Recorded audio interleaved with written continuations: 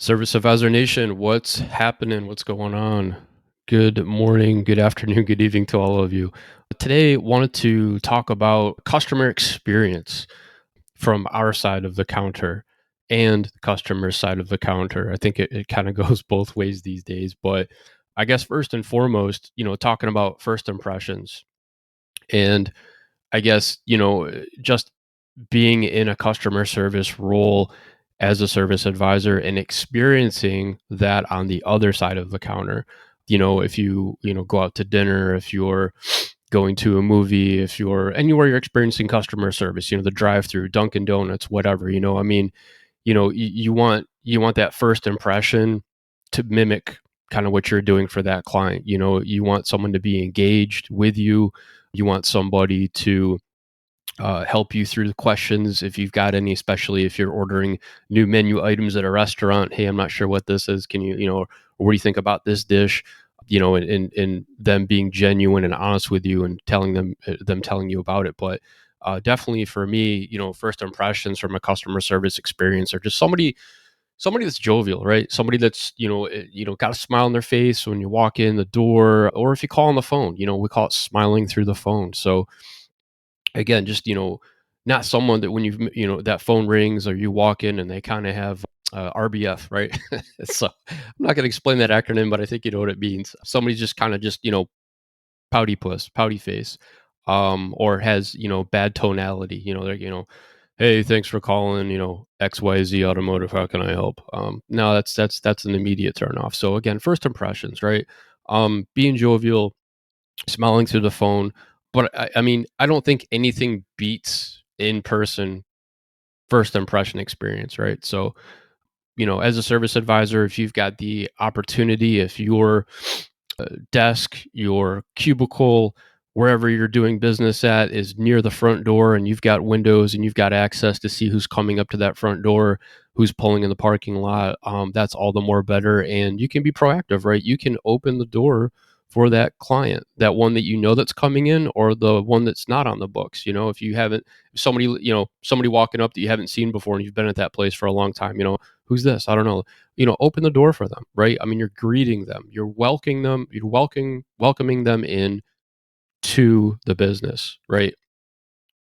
Beating them to the first step. I think a great place that does that, I think, is Chick-fil-A. If no one knows, well, if some people don't know what Chick-fil-A is, it's a restaurant and they've got, really good menu items, but their customer service is what keeps me coming back. Every time you ask them something, it's answered with my pleasure. Their menu items are very good. They're consistent with how they do things across the board. Just they've got the customer service experience really down for what would ultimately be a fast food place, and they've got such a cult following of people always going there because they're always treated the same. They're treated with dignity. They're treated with respect, and the workers are polite. I don't think I've ever gone to a Chick-fil-A and seen somebody with a pouty puss or not a smile on their face. They've got a really good team dynamic. So, again, first impressions, when a client's coming up to your door, if you've got availability, even if you're on your phone with somebody, if it's not a dire situation, sorry, Mr. Jones, I got to put you on hold real quick. Go across the counter, open up that door. Hey, thanks for coming in. I'll be with you in just a moment. Here, have a seat in the lounge. Again, just doing it differently because people have a choice. I mean, yeah, there's a lot of automotive shops in a 5 mile, 10 mile square area of where they're getting service done, and best believe it, they're trying new places out. They're going places, but you want to give them such a great first experience that they don't want to go somewhere else, right? And it's all the little stuff. It's all the little stuff that accompanies that. So, again, great first impressions, smiling through the phone, if not on the phone, being jovial, welcoming them in. And then obviously, when you've got them one on one, at the front counter, it's got to be more than them just dropping off their car. It really does. I mean, there's got to be more of a connection there. Talk about the weather, talk about sports, talk about something to get their mind off of the car. And again, just if you could tell they're kind of having a bad day, I mean, do what you got to do and be empathetic, but hey, I hope you have a better day. Something. But again, first impressions really important, and that's going to build the long-term relationship with that client, that prospect, right?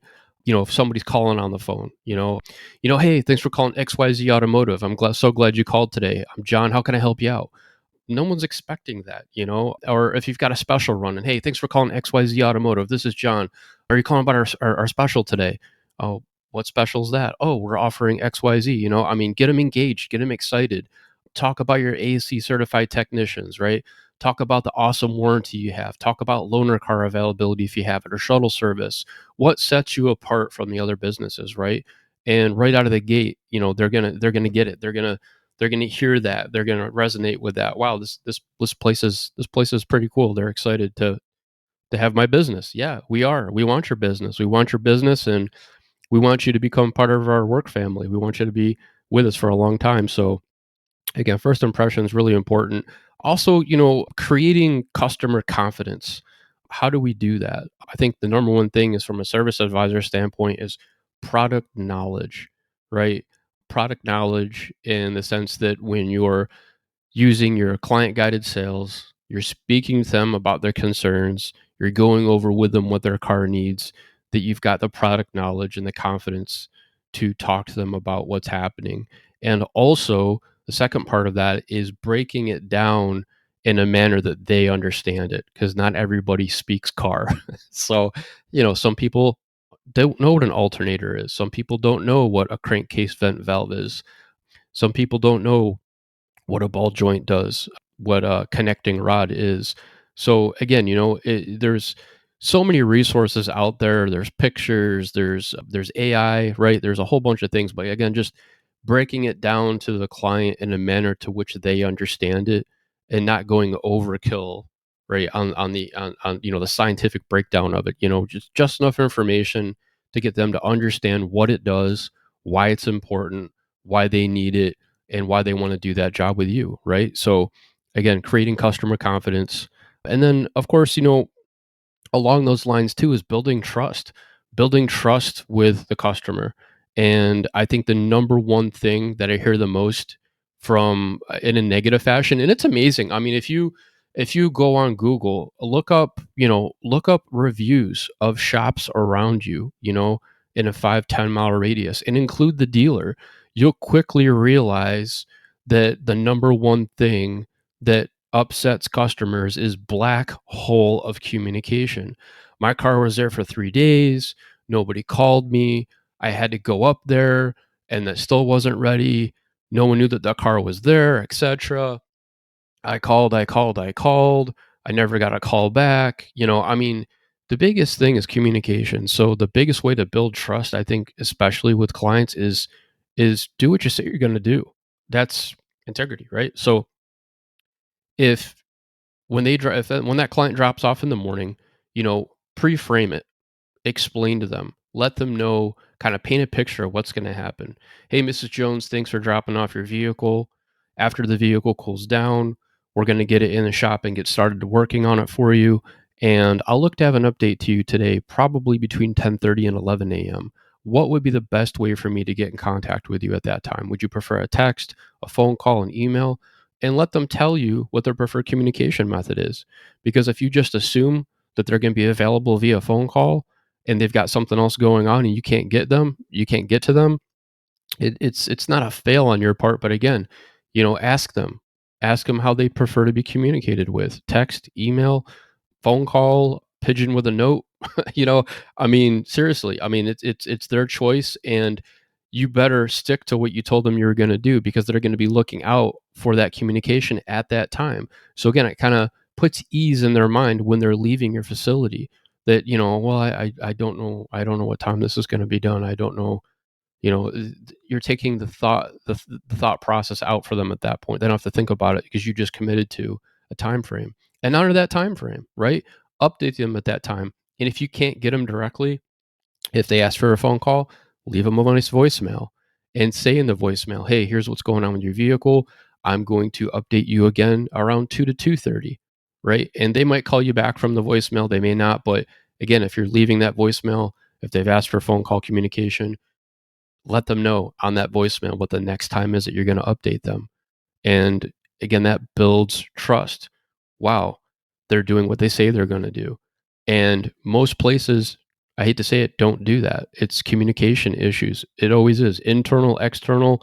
Do what you say you're going to do. And one thing too, I think is super, super important after they've come back to pick up their vehicle, while you've got them at the front counter and they're, paying for your services, remind them that it's an investment that they made with you today, right? And as part of that investment that they made with you today, they're getting a warranty for what you did, as long as that warranty applies. I know some shops, most shops, wear and tear items, maintenance items, they don't warranty, but for larger jobs, electrical, mechanical, suspension, things of that nature, you're definitely going to offer a warranty, and again, let them know the warranty, and yeah, it's going to be on your paperwork or that email that you provide them. But again, you're providing value. You're reinstilling in them that we're going to be here. We got you. Here's the warranty, and thank them for their business. One extra step, and I used to love to do this, is if they don't seem rushed to get out the door and they're kind of, chatting it up with you or whatever, again, a conversational Colin or a chatty Kathy, walk out to the car with them. And if you did engine work, even if you can't show them exactly what was replaced, pop the hood, point in the area of the repair and say, hey, just to let you know, here's the X, Y, and Z. It's under this intake manifold, probably pre-framing for our starter, but again, explain to them what's going on. And while that hood's open, ask them if they have any questions. Hey, do you have any questions about anything that's under here? Most people don't ever open the hood of their car. They have no idea what's under there. One thing that we used to do for people is, at no charge, we would clean out, in North Carolina, there's a lot of pine straw that happens, especially around, gosh, what's the word I'm looking for? Well, yeah, pine season. So, cleaning that pine straw out from under the hood, various debris, leaves, whatever, and point that out. Point that out that you did that for them as a courtesy. Hey, by the way, so that water can drain properly at the cowl area, we removed your mini beaver dam under your hood. We cleaned that out for you, and here's why we did that, because we don't want water to get into places that it shouldn't, and we just wanted to clean that up for you. So, no charge. Thank you for your business. We did that for you. Oh, by the way, while the hood's open, any questions about anything under there I can answer for you?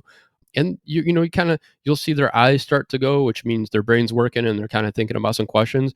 And somebody may not have a question, but again, you took the time to walk outside, open the hood, ask them if they have any questions. And a lot of places I don't think even do that. So again, it's creating a different experience, right? And whether it's a guy or a girl, I guarantee that is going to burn in their brain. Wow, that's the first time that ever happened. No one ever has walked me out after I've settled up on a bill and popped the hood to show me under the hood. Or, if they did suspension work, if you've done control arms, if you've done tie rods, something of that nature. I mean, before they get there, park the car on the front line, turn that wheel lock all the way to one side, and when you bring them out, show them that nice new, aluminum control arm, or that ball joint, or that control arm, and just, again, it's a visual, you're showing them, and I think that builds rapport, that builds trust, right?